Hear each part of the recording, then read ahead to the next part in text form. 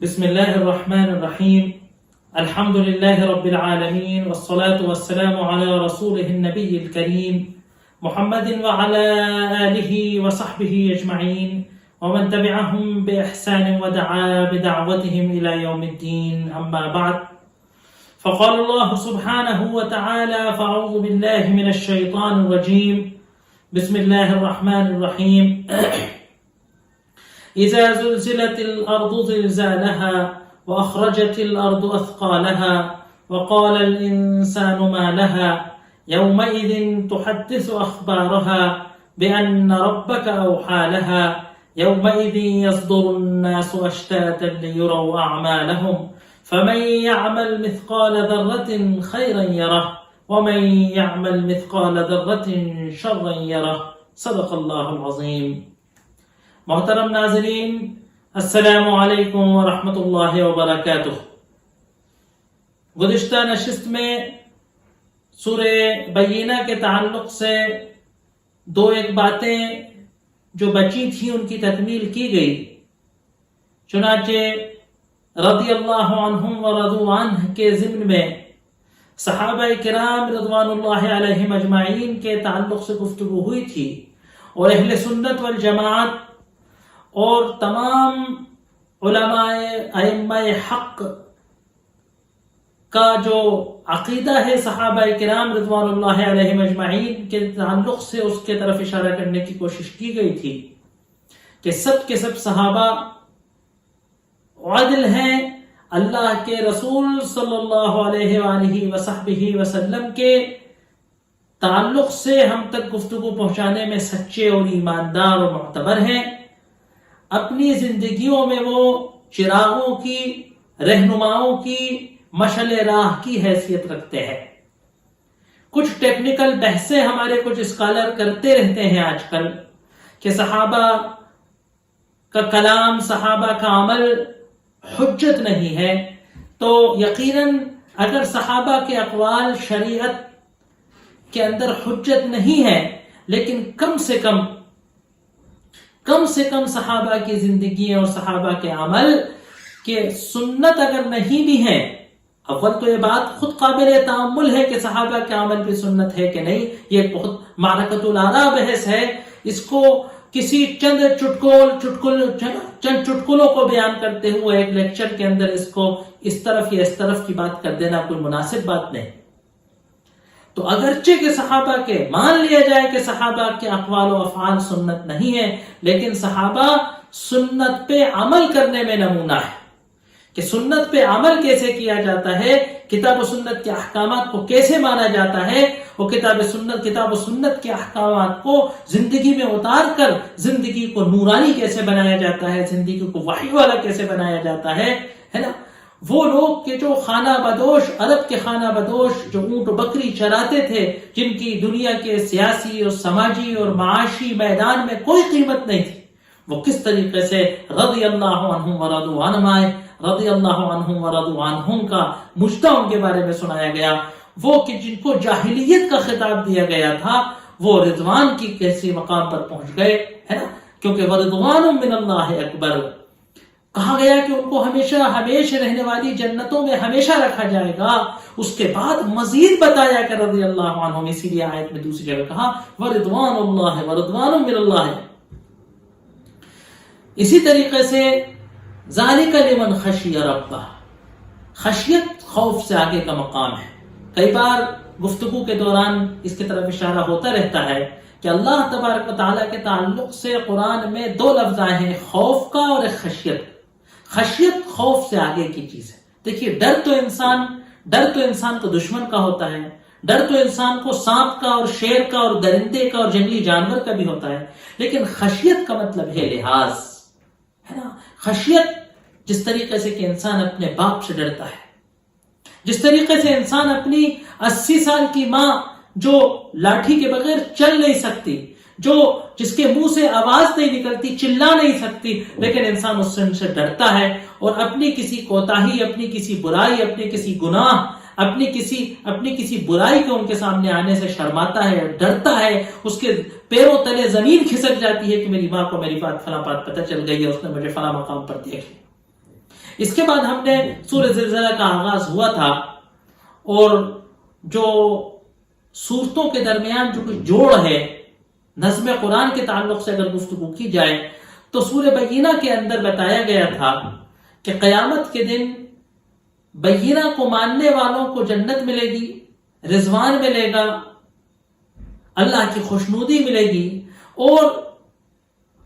بینہ کو نکارنے والوں کو، کفر کرنے والوں کو، انکار کرنے والوں کو جہنم کی سزا ملے گی، ہے نا، وہ بدترین لوگ قرار دیے جائیں گے۔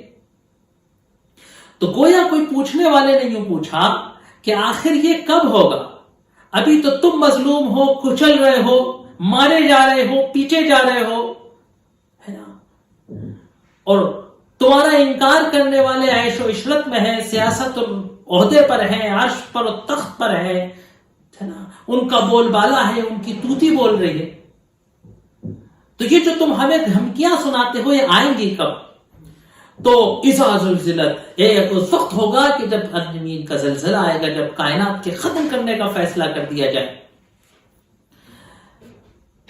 فضائل قرآن کے تعلق سے جو گفتگو کی جاتی ہے تو اس سلسلے میں جو احادیث نقل کی گئی ہیں کہ اللہ کے رسول صلی اللہ علیہ وآلہ وصحبہ وسلم نے کچھ روایتوں کے اعتبار سے نصف القرآن اور کچھ روایتوں کے اعتبار سے ربع القرآن سورہ زلزلہ کو کہا گیا، جس طریقے سے سورہ اخلاص کو ثلث القرآن کہا گیا، سورہ قل یا ایھا الکافرون کو ثلث القرآن، ربع القرآن کہا گیا، تو اسی طریقے سے سورہ زلزال کو بعض روایتوں میں نصف القرآن، قرآن کا آدھا کہا گیا، اور بعض روایتوں میں سورہ زلزلہ کو ربع القرآن کہا گیا۔ ایک صحابی تھے، تو آپ صلی اللہ علیہ وسلم نے ان سے پوچھا کہ تم نے شادی کر لی؟ تو اللہ کے رسول صلی اللہ علیہ وسلم، کہاں سے شادی کروں گا، میرے پاس تو کچھ ہے نہیں۔ کہا کہ کیا تمہیں قرآن کی فلاں صورت نہیں یاد، فلاں صورت نہیں یاد؟ اسی میں سورہ اخلاص کا پوچھا، سورہ کافرون کا پوچھا، سورہ زلزلہ کا پوچھا، اور اس میں کہا کہ یہ تو یعدل نصف القرآن، یہ تو آدھے قرآن کے برابر ہے۔ سورہ اخلاص کا کہا کہ یہ تو ثلث القرآن کے برابر ہے، سورہ کافرون کا کہا کہ یہ تو ربع القرآن کے برابر ہے۔ تو آدھا اور ایک تہائی اور پاؤں ملا کر پورا ہو جاتا ہے، پوری سے تھوڑا سا زیادہ ہی ہو جاتا ہے۔ تو کہا کہ جو ہے جاؤ شادی کرو، بما معک من القرآن، ہے اتنا قرآن تمہارے پاس ہے، تمہاری حیثیت کوئی کم ہے جو کوئی تم سے شادی نہیں کرے گا؟ یہ مسلم معاشرے کا تصور تھا۔ سوال یہ ہے کہ کسی صورت کا ثلث القرآن یا نصف القرآن یا ربع القرآن، ایک تہائی قرآن کے بمثل ہونا، برابر ہونا، یا آدھے قرآن کے برابر ہونا، یا پاؤ قرآن کے برابر ہونے کا مطلب کیا ہے؟ بعض حضرات نے تو اس کا مطلب یہ سمجھا کہ کون اتنے بڑے قرآن کی تلاوت کرے، ہے پورا مہینہ لگے گا، 15 دن لگیں گے، 20 دن لگیں گے، ہے یہ 3 بار سورہ قل ھو اللہ احد پڑھ لی اور یہ پھونکا اور پانی پی لیا، ہے نا؟ کیونکہ قرآن عام طور سے جو تصور ہے ہمارا وہ یہ ہے کہ قرآن کوئی پڑھ کر سمجھنے کے لیے، سمجھ کر اس سے کوئی فکر حاصل کرنے کے لیے، اس پر عمل کرنے کے لیے تو نہیں ہے نا، قرآن تو چمتکاری کے لیے ہے، قرآن تو بیماریوں کو، آسیب کو، اجنہ کو، شیاطین کو بھگانے کے لیے ہے۔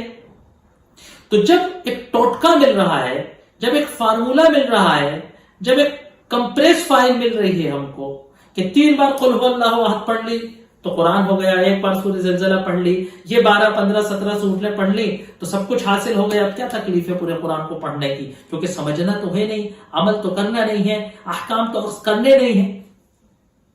ہے نا؟ تو یقیناً یہ سوچ درست نہیں ہے۔ مطلب یہ نہیں ہے کہ اگر اس سورت کو پڑھ لیں گے تو اتنے بار قرآن پڑھنے کا ثواب ملے گا، مطلب یہ ہے کہ یہ سورت اپنے معانی کے اعتبار سے، اپنے مفہوم کے اعتبار سے، اپنے اللہ تبارک و تعالیٰ کا جو مقصد ہے قرآن کو نازل کرنے کا، اس مقصد کے حصول میں اس سورت کے معانی و مفہوم اتنے عظیم ہے کہ گویا کہ پاؤ قرآن پڑھ کر جو فکر حاصل ہوتی، آدھا قرآن پڑھ کر جو جذبہ حاصل ہوتا، جو احساس حاصل ہوتا، جو ٹارگیٹ حاصل ہوتا تمہارے نفس کو ہلانے کا، جھجوڑنے کا، وہ اس سورت کو پڑھ کر ہو جاتا ہے۔ کہ قرآن کا مضمون ہے اللہ کو پہچاننا، توحید کو پی جانا، ہے نا کہ ہمارے قرآن کو پڑھنے کے بعد ہمارے دل و دماغ میں، ہمارے تصور میں، ہماری نگاہ میں، ہمارے ریشے ریشے میں، ہماری رگوں کے اندر توحید کا تصور دوڑنے لگے۔ سورہ اخلاص ایسی ہے کہ 1/3 قرآن پڑھ کر، 10 پارے پڑھ کر جتنا احساس اللہ کے تعارف کا ہو سکتا ہے، اتنا اگر کوئی سورہ اخلاص پر تدبر کر لے، سورہ اخلاص کو اگر غور کر لے، سورہ اخلاص کو اگر پی لے، سورہ اخلاص کو دھن بنا کر اگر اپنے اوپر سوار کر لے، تو 1/3 قرآن پڑھ کر جتنا توحید کا تصور پیدا ہوتا، اتنا جو ہے سورہ اخلاص کو پڑھ کر ہو جاتا۔ تو اذا زلزلت، قرآن پڑھیں گے تو ہر آیت تو قرآن کی آخرت کے بارے میں نہیں ہے نا، تو قرآن آدھا قرآن پڑھ کر یا پاؤں قرآن پڑھ کر قیامت کا جو تصور پیدا ہوتا، قرآن قیامت کا جو استحضار ہوتا، قیامت کے تصور سے جو رونگٹے کھڑے ہوتے، قیامت کا جو خوف دماغ کے اندر آتا، عمل کرتے وقت قیامت کے دن کی جواب دہی کے جو تصور سامنے آتا، اعمال پر جو قیامت کے عقیدے سے، آخرت کے عقیدے سے جو اعمال پر اثر آتا، پاؤں قرآن پڑھ کر وہ اس صورت کو اگر ہم نے پی لی، اس صورت کو اگر ہم نے سمجھ لی، اس صورت کو اگر ہم نے اپنی دھن بنا کر اپنے اوپر سوار کر لی، اس صورت پر اگر غور و تدبر کر لیا تو وہ تصور ہمارے سامنے آ جائے۔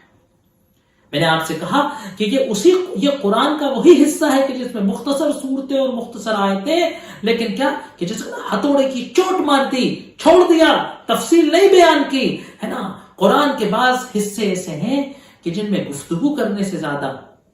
ہے نا، ان کو پڑھنے سے، سمجھنے اور سمجھانے سے زیادہ وہ محسوس کرنے کے مقام ہے۔ اگر ہمیں فیلنگز ہو رہی ہے، اگر ہمیں آیتوں کو پڑھ کر فیلنگز ہو رہی ہے، احساس ہو رہا ہے اگر، تو ہمیں اس سورت کو پڑھنے کا، اس آیت کو پڑھنے کا فائدہ یقیناً ہو گیا۔ صفحات تو علم ہیں، صفحات تو علمی منشگافیاں ہو سکتی ہیں، لغت کی ڈکشنری کی بحثیں ہو سکتی ہیں، فقہ کے مسائل ہو سکتے ہیں، علماء کے اختلاف ہو سکتے ہیں، مفسرین کی معرکۃ الآراء مباحث ہو سکتی ہیں، ہے نا، شان نزول کی لمبی لمبی تفصیلات اور روایتوں کی تفصیلات ہو سکتی ہیں، لیکن اصل وہ ہے کہ جو ہمارے دل میں احساس، تصور، جو حس پیدا ہو، جو محسوس کریں ہم آیت کو پڑھ کر، وہ اصل آیت کا ماخذ و ماحصل ہے۔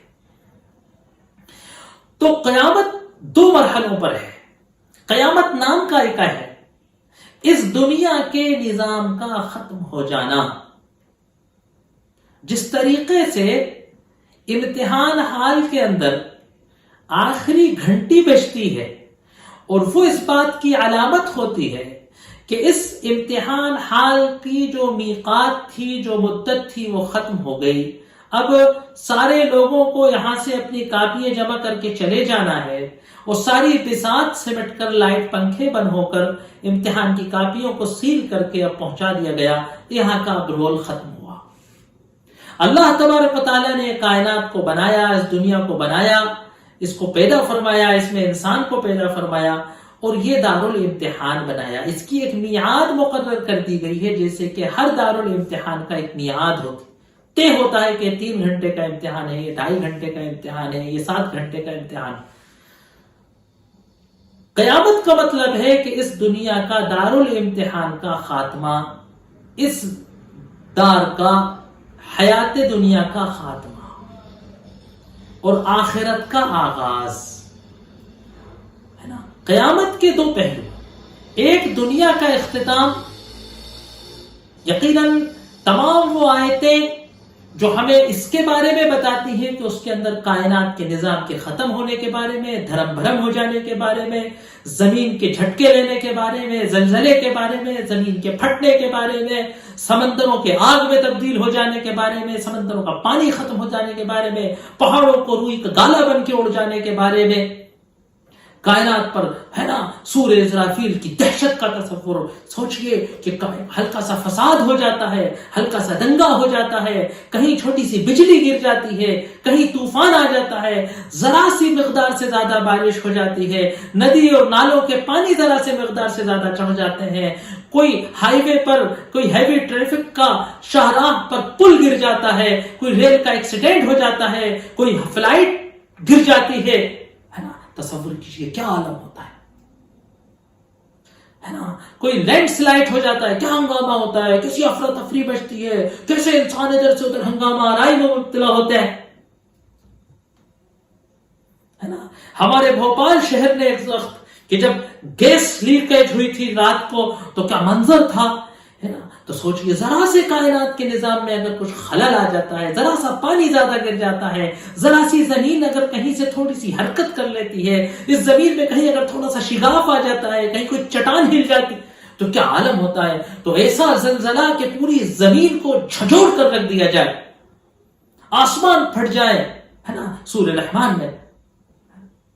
رحمان میں بہت ساری صورتوں کے اندر تو قرآن کی بہت ساری آیات قیامت کے پہلے مرحلے کے بارے میں گفتگو کرتی ہیں، یعنی کائنات کے ختم ہونے کے تعلق سے، اس دہشت کا، اس خوف کا. ان زلزلۃ الساعۃ شیء عظیم اذا وقعت الواقعہ، القارعہ، قارعہ کہتے ہیں ٹھوک دینے کو، واقعہ وہ عظیم واقعہ. اما یتساءلون عن النبأ العظیم، سب عظیم اطلاع، عظیم خبر. تو یہ سب باتیں کہی جا رہی ہیں. دوسرا حصہ قیامت کا وہ ہے کہ جس میں آخرت کا آغاز ہوگا. تمام دنیا کے وہ لوگ کہ جو کبھی بھی مرے تھے، جن کا کبھی بھی وفات ہوئی تھی، اور وہ سب لوگ کہ جن کی قیامت کے سور سے وفات ہوگی، اس دنیا کو چھوڑیں گے، ان سب کو اپنی آماج گاہوں سے، ان جگہوں سے کہ جہاں وہ سالوں سے، صدیوں سے، زمانوں سے دفن کھپے پڑے تھے، دوبارہ اللہ تبارک و تعالیٰ ان کو زمین کے پیٹ سے نکالے گا. ان کو اندر روح ان کے اندر واپس ڈالی جائے گی، اور اس جسم روح کے ساتھ وہ میدان حشر میں موجود ہوں گے. وہ میدان حشر کے اندر تیسرا مرحلہ جو ہے، جو آخرت کا ماحصل ہے، کہ میدان حشر میں مختلف حالات کا سامنا ہوگا. قرآن میں جگہ جگہ ذکر ہے پلسرات کا، ہے نا،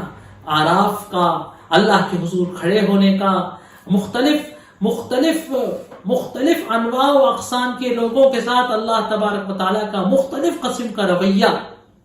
منعمین کے ساتھ، مومنین کے ساتھ، صالحین کے ساتھ، شہداء کے ساتھ، انبیاء کے ساتھ، سچوں کے ساتھ، ہے نا، سچائی کا ساتھ دینے والوں کے ساتھ، حق پرستوں کے ساتھ کیا معاملات ہوں گے، اور اسی طریقے سے کافرین کے ساتھ، مشرکین کے ساتھ، منکرین کے ساتھ، باغیوں اور سرکشوں کے ساتھ، دوغلوں اور منافقوں کے ساتھ، ہے نا، بےایمانوں کے ساتھ، بد کرداروں کے ساتھ، جھوٹوں کے ساتھ اللہ کے کیا مواقف ہوں گے، کیا معاملات ہوں گے، کیا منظرنامے ہوں گے. قرآن و حدیث کے اندر، قرآن و حدیث بھرے پڑے ہیں قیامت کے منظرناموں سے. اتنی کثرت سے قیامت کا تذکرہ، اتنی کثرت سے آخرت کا تذکرہ، اتنی کثرت سے حساب و کتاب کا تذکرہ، اتنی کثرت سے جنت و دوزخ کا تذکرہ، اتنی کثرت سے اصحاب جنت و اصحاب دوزخ کا تذکرہ، اس کثرت سے جنتیوں کا اور اس کثرت سے جہنمیوں کا تذکرہ، اس کثرت سے جنت کی تفصیلات کا اور اس کے انعامات کا تذکرہ، اس کثرت سے جہنم اور اس کی سزاؤں کا تذکرہ قرآن و حدیث میں آیا ہے، تاکہ ہمارے دل و دماغ کے اندر دوزخ کا اور جنت کا، حساب و کتاب کا اور محشر کا، پل سرات کا اور آراف کا، جنت کا اور آگ کا اور جنت کی نعمتوں کا، میدان حشر میں کھڑے ہونے کا، اللہ کے حضور جواب دینے کا، نامہ اعمال کے بٹنے کا، قیامت کے دن اپنی قبروں سے اٹھ کے اللہ کے حضور جانے کا، اور اس دنیا سے ختم ہو کر قیامت کے حضور کھڑے ہونے کا، موت کا تصور، اس دنیا کے اختتام کا تصور ہمارے دل و دماغ کے اندر پیوست ہو جائے. اٹھتے بیٹھتے، کھاتے پیتے، سوتے جاگتے ہمارے اندر آخرت کا استحضار ہو، تبھی ہماری دنیا کی زندگی صحیح راہ پر، صحیح روش پر چل سکتی ہے. سارا مسئلہ غفلت ہے، غفلت کا ایسے، موت سے غفلت، آخرت سے غفلت، آخرت کے بعد کے احوال سے غفلت، اپنی حقیقی منزل سے غفلت ہے نا، کہ ہمیں اس دنیا سے اپنی ڈیوٹی انجام دینے کے بعد، ہمیں اس دنیا میں ڈیوٹی پر بھیجا گیا ہے، ڈیوٹی انجام دینے کے بعد ہم کو واپس اپنے گھر، اپنے اس آقا کے پاس واپس جانا ہے جس نے ہمیں یہاں ڈیوٹی پر بھیجا ہے، اور ہمیں اس ڈیوٹی کے وقت کا حساب جا کر اس کو دینا ہے کہ اس کی دی ہوئی زندگی کو، اس کے دیے ہوئے پیسے کو، اس کی دی ہوئی صحت کو، اس کی دی ہوئی جوانی کو، اس کی دی ہوئی طاقت کو، اس کے دیے ہوئے عہدے کو، اس کے دیے ہوئے رتبے کو، اس کے دیے ہوئے مقام کو، اس کے دیے ہوئے پاور کو، ہے نا، اس کی دی ہوئی نعمتوں کا، اس کی دی ہوئی ہر چیز کا ہم نے کیا استعمال کیا، اس کی مرضی سے کیا کہ اس کی مرضی کے خلاف کیا، اس کی دین کی خدمت کے لیے کیا کہ اس کے دین کو اجاڑنے کے لیے کیا، ہم نے آخرت کمانے کے لیے کیا کہ ہم نے دنیا کے اندر اپنی ساری صلاحیتوں کو کھپا دیا، گما دیا، پھنسا دیا، یہ ہم نے اپنی ساری صلاحیتوں کو آخرت میں لگا دیا۔ آخرت کی لائن میں اگر ہم اپنی صلاحیتوں کو لگائیں گے تو وہ لگیں گی، پروان ہوں گی، اور اگر ہم نے دنیا میں اپنی صلاحیتوں کو کھپایا تو وہ یہیں گڑ کر رہ جائیں گے۔ بس ہر انسان کو یہ سوچنا ہے۔ ہمارا مسئلہ یہ ہے کہ ہم اپنے بارے میں نہیں سوچتے، دوسرے کے بارے میں سوچتے ہیں، اس کا کیا ہوگا۔ ہاں، ہر وقت لوگ پوچھتے صاحب وہ فلاں کے جنت میں جائیں گے، سب ملا کے جنت میں جائیں گے، شیعوں کا کیا ہوگا صاحب، تو فلاں کا کیا ہوگا صاحب، تو ارے بھائی ہے فلاں ملک کا صدر کے جنت میں جائے گا تو فلاں بادشاہ کا کیا۔ ہمیں اللہ تبارک و تعالیٰ نے اس دنیا میں دوسروں کا حساب لینے کے لیے نہیں بھیجا ہے، ہمیں اللہ نے دوسروں کی داڑیاں ناپنے نہیں بھیجا ہے، ہمیں اللہ نے دوسروں کے پجامے ناپنے نہیں بھیجا ہے، ہمیں اللہ نے دوسروں کے کردار ناپنے نہیں بھیجا ہے، ہمیں اللہ تبارک و تعالیٰ نے اپنا کردار سنوارنے کے لیے، اپنا کردار بنانے کے لیے، اپنے آپ کو جنت کا مستحق بنانے کے لیے بھیجا ہے کہ اس دنیا میں ہم وہ اعمال کریں، ان آزمائشوں میں کھڑے اتریں، وہ صبر و استقامت کریں، اللہ کی مرضی سے اس دنیا میں اللہ کی مرضی کو اپنے اوپر بھی لاگو کریں، اور اس دنیا کے اندر بھی اللہ کی مرضی کا بول بالا کرنے کی کوشش کریں، تاکہ ہم قیامت کے دن اللہ کے انعام کے، اللہ کے مرضی کو جیت کر اس کی جنت کے مستحق بنیں۔ تو کہا کہ اذا زلزلت الارض زلزالہا۔ اب اس صورت کے اندر تقریباً قیامت کے تمام اصناف کے طرف اشارہ ہے۔ عجیب صورت ہے، بہت مختصر صورت، میں بھی آپ کے سامنے بیان کروں گا تو مجھے ایسا لگ رہا تھا کہ شاید وقت زیادہ رہے گا، میں کیا کہوں گا اس صورت کے بارے میں آج، کیونکہ یہ صورت تو ہتھوڑے ہیں کہ جن کی گونج ہمارے دل و دماغ کی صداؤں میں آنا چاہیے۔ الفاظ کو پڑھنے میں، مطالعہ کرنے میں، صفحات کو گردان کرنے سے کچھ فائدہ نہیں، میں کتنا بولتا رہوں میرا بولنے سے کوئی فائدہ نہیں اس وقت تک کہ اس صورت کی گونجیں جب تک آپ کے دل و دماغ کی صداؤں میں نہ گونجیں، جب تک کوئی فائدہ نہیں ہوگا۔ اذا زلزلت الارض زلزالہا، یاد کرو وہ وقت، استحضار کرو اس وقت کا، ہر لمحے اس وقت کو یاد رکھا کرو کہ جس وقت زمین کو جھنجھوڑ کر رکھ دیا جائے گا، جب زمین پہ زلزلہ آئے گا، زلزالہا، اس کو جھنجھوڑ کر رکھ دیا جانا۔ وَأَخْرَجَتِ الْأَرْضُ أَثْقَالَهَا، اور زمین اپنا بوجھا باہر نکال دے گی۔ اب ثقل جو ہے جمع اثقال، اس کا عربی میں عجیب و غریب دو تین معنی ہیں۔ ایک تو اصلاً عربی میں ثقل کا مطلب ہے بوجھ، ایک عربی میں ثقل کا مطلب ہے ساز و سامان۔ مسافر سے کہتے ہیں صاحب این ثقلک، ہے صاحب آپ تو آ گئے، آپ کا سامان کہاں ہے، آپ کا بیگ کہاں ہے، آپ کا سامان کہاں ہے، وہ بھی لا کر میرے گھر میں رکھیے صاحب، آپ میرے مہمان ہیں۔ تو ثقل کہتے ہیں سامان کو، متاع حیات کو، کہ زمین نے اپنا تمام بوجھا نکال دیا۔ اب اس کے مفسرین نے دو مطلب لیے ہیں،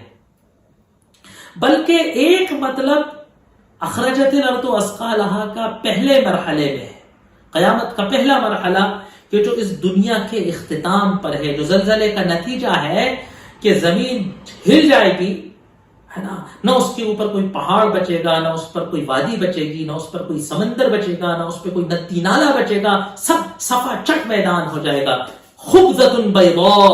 ایک صفا چٹ میدان بن جائے گی زمین۔ لا ترى فيها عوجا ولا امتا، کوئی سلوٹ، کوئی اونچ، کوئی نیچ، کوئی ٹیلا، کوئی چٹان، کچھ نہیں بچے گی، سب زمین یوں سمجھو جیسے گیم زمین کو یوں دچک دیا جائے گا، جیسے کہ آٹے کی لوئی کو روٹی بنا دیا جاتا ہے۔ اب جب زمین کو پچکا دیا جائے گا تو جو کچھ زمین کے اندر بھرا ہوا ہے سب باہر آ جائے گا۔ یہ وہ سارا متاع حیات کہ جس سے انسان دنیا میں آج تک کچھ حاصل کرتا ہے. جو کچھ انسان نے جب سے حضرت آدم علیہ السلام اس زمین پر آئے تھے جنت سے، جو کچھ انسان نے ابھی تک کھایا ہے، جتنی لکڑی ابھی تک استعمال کی ہے، اس تعمیر و ترقی میں جتنا پتھر استعمال کیا ہے، جتنی مٹی استعمال کی ہے، جتنی دھات استعمال کی ہے، جتنا لوہا استعمال کیا ہے، جتنا سونا استعمال کیا ہے، جتنا کوئلہ استعمال کیا ہے، سب اسی زمین کے پیٹ سے نکلا ہے، اور قیامت تک اس کے پیٹ میں وہ ذخیرے موجود رہیں گے، یہاں تک کہ زمین ان تمام بوجھوں کو قیامت کے دن نکال کر باہر پھینک دے گی. سونے کے انبار، چاندی کے انبار، حدیث کے اندر آئے کل استوانۃ من الذھب، بڑے بڑے ستونوں جیسا سونے کے ٹکڑے آ کر زمین اپنی ساری ساز و سامان کو، اپنی ساری اس قیمتوں کو کہ جس کے لیے جنگیں ہوتی تھیں، جس کے لیے قتل و غارت ہوتا تھا، جس کے لیے فتنہ اور فساد ہوتا تھا، ہے نا، سمندر کے اندر پیٹرول ڈھونڈنے کے لیے فوجیں لڑتی ہیں، صحراؤں میں ریگستانوں میں نیچرل گیس اور پیٹرول ڈھونڈنے کے لیے قتل غارت ہوتے ہیں، لاکھوں لوگوں کو موت کی نیند سلا دیا جاتا ہے، ملکوں کو بارود سے کھنڈر بنا دیا جاتا ہے کہ پیٹرول کی لڑائی ہے، زمین کی خیرات کی لڑائی ہے، سونا نکالنے کی لڑائی ہے، کھدانوں کی لڑائی ہے، کوئلے کی لڑائی ہے، ڈیم کی لڑائی ہے، ندی کے بہاؤ کی لڑائی ہے. قیامت کے دن زمین یہ سب نکال کر پھینک دے گی، اور اس وقت وہ حال ہوگا کہ اس کی کوئی قیمت نہیں ہوگی. حدیث کے اندر آتا ہے کہ زمین اپنی دولتوں کو، اپنی ثروتوں کو، اپنے خزانوں کو نکال کر پھینک دے گی. قاتل آئے گا اور کہے گا اس کے لیے میں نے قتل کیا تھا. قطع تعلق کرنے والا آئے گا، وہ کہا گا اس کے لیے میں نے اپنے رشتہ داروں سے قطع تعلق کیا تھا. سارق آئے گا، چور آئے گا، کہے گا اس کے لیے میں نے اپنے ہاتھ کٹایا تھا، اور پھر وہ اس کو چھوڑ کر آگے بڑھ جائیں گے. ہر ایک اس ہیبت میں ہوگا، اس ہولناکی میں ہوگا کہ ساری عمر، ساری زندگی دنیا جس چیز کے پیچھے بھاگتی رہی، آخری لمحے میں یہ پتا چلے گا کہ وہ تو لا تعداد حاصل ہے، لیکن اس کی کوئی آج قیمت نہیں رہی، اس کرنسی کا چلن نہیں رہا، اس دولت کی اب کوئی قیمت نہیں رہی، اس دنیا میں، آنے والی دنیا میں اس کی کوئی حیثیت نہیں رہی. دوسرا مطلب اسقال سے مطلب وہ بوجھ ہے کہ جو زمین اپنے اندر لیے گھوم رہی ہے. ان ہزاروں، سینکڑوں، لاکھوں، کروڑوں، اربوں، کھربوں انسان کہ جو مر کر اس زمین کے اندر چلے گئے، چاہے وہ دفن کیے گئے ہوں، چاہے ان کو جلا کر ان کی راکھ کو پانی میں بہایا ہو، چاہے وہ ان کی لاشیں لاپتہ جنگل میں گم گئی ہوں، چاہے ان کو درندوں نے کھا لیا ہو، چاہے ان کو مگرمچھ نے نگل لیا ہو، بہرحال کسی نہ کسی روپ میں مٹی بن کر وہ اسی زمین کے اندر مل گئے ہیں. قیامت کے دن زمین جب دوسرا سور پھونکا جائے گا تو تمام لوگوں کے اس بوجھ کو نکال کر باہر کر دے گی، ہے نا، اور وہ زمین کے اندر سے نکل کر زمین کے اوپر آ جائیں گے جو میدان حشر بن چکی ہوگی. وَأَخْرَجَتِ الْأَرْضُ أَثْقَالَهَا وَقَالَ الْإِنسَانُ مَا لَهَا. اب یہ کیا تصور ہے، ذرا اس کو دیکھیے کہ قرآن کہہ رہے کہ وَقَالَ الْإِنسَانُ مَا لَهَا، انسان کہے گا کہ اس زمین کو آخر ہو کیا گیا ہے. ہم نے اس زمین کو ایسا تو نہیں کیا تھا، پہچانا تھا کبھی، یہ زمین تو ایسی تھی، یہ زمین تو رفتار ایسی چلتی تھی کہ دن و رات ہوتا تھا اور پتہ نہیں چلتا تھا، یہ گھومتی تھی اور ہمیں احساس بھی نہیں ہوتا تھا، اس کے اندر آگ بھری تھی اور ہم اس کے اوپر چلتے تھے، کھیتی کرتے تھے اس میں. لیکن آج کیا ہوا ہے کہ اس کی ساری سیرت بدل گئی، اس کا سارا ڈھنگ بدل گیا، اس کا سارا اصول بدل گیا. زمین جواب دے گی ان ربک اوحی لہا. یہ زمین اپنی مرضی سے نہیں کرتی، یہ زمین اپنی مرضی سے نہ ہموار ہے، نہ اپنی مرضی سے غیر ہموار ہے. یہ زمین نہ اپنی مرضی سے استھل ہوتی ہے، نہ اپنی مرضی سے انستھل ہے نا. نہ یہ زمین جو ہے اپنی مرضی سے ہلتی ہے، نہ اس میں زلزلہ آتا ہے. یہ تو خدا کی معمور ہے کہ ان ربک اوحی لہا، یہ تمہارے رب کا حکم ہے، یہ تمہارے رب کی وحی ہے. یہ اس نے زمین کو حکم دیا ہے کہ وہ زلزلہ خیز ہو جائے، یہ اس نے اس کو حکم دیا ہے کہ وہ پھٹ جائے، یہ اس کو حکم دیا ہے کہ سمندروں کو، وہ سمندر کے جو پانی تھے آج دہتی ہوئی آگ کا گولا بن جائے، سمندروں کا پانی ختم ہو جائے. سمندر آگ اگلنے لگے. اس طریقے کے جو قیامت کے نظارے ہیں، زمین یا تو بولے گی، قیامت کے حالات الگ حالات ہوں گے، یا تو زمین بول کر کہے گی یا زبان حال سے بولے گی. وہ کیفیت و حالات یہ بتا رہے ہوں گے کہ یہ آج نیچرل نہیں ہے. وہ نیچرل وادیوں کو یہ بات پتہ چل جائے کہ زمین کا وہ نیچر، زمین کا وہ سارا نظام، سارے اصول، سارے پیرامیٹرز فیل ہو جائیں گے. وہ زبان حال سے چلا چلا کر کائنات کا ہر ذرہ یہ کہہ رہا ہوگا کہ آج تمہارے رب کا وہ حکم آیا ہے کہ جس حکم کو تم کسی چیز پر قیاس نہیں کر سکتے. ہے نا؟ یومئذ یصدر الناس اشتاتا لیروا اعمالهم فمن يعمل مثقال ذرة خیرا یرہ ومن يعمل مثقال ذرة شرا یرہ. اب یہ میدان حشر کا معاملہ ہے اور حساب و کتاب کا معاملہ. یہ مختصر سا 2 آیتوں کے اندر انشاءاللہ اس کو بیان کرنے کی کوشش کی جائے گی. وآخر دعوانا ان الحمد للہ رب العالمین.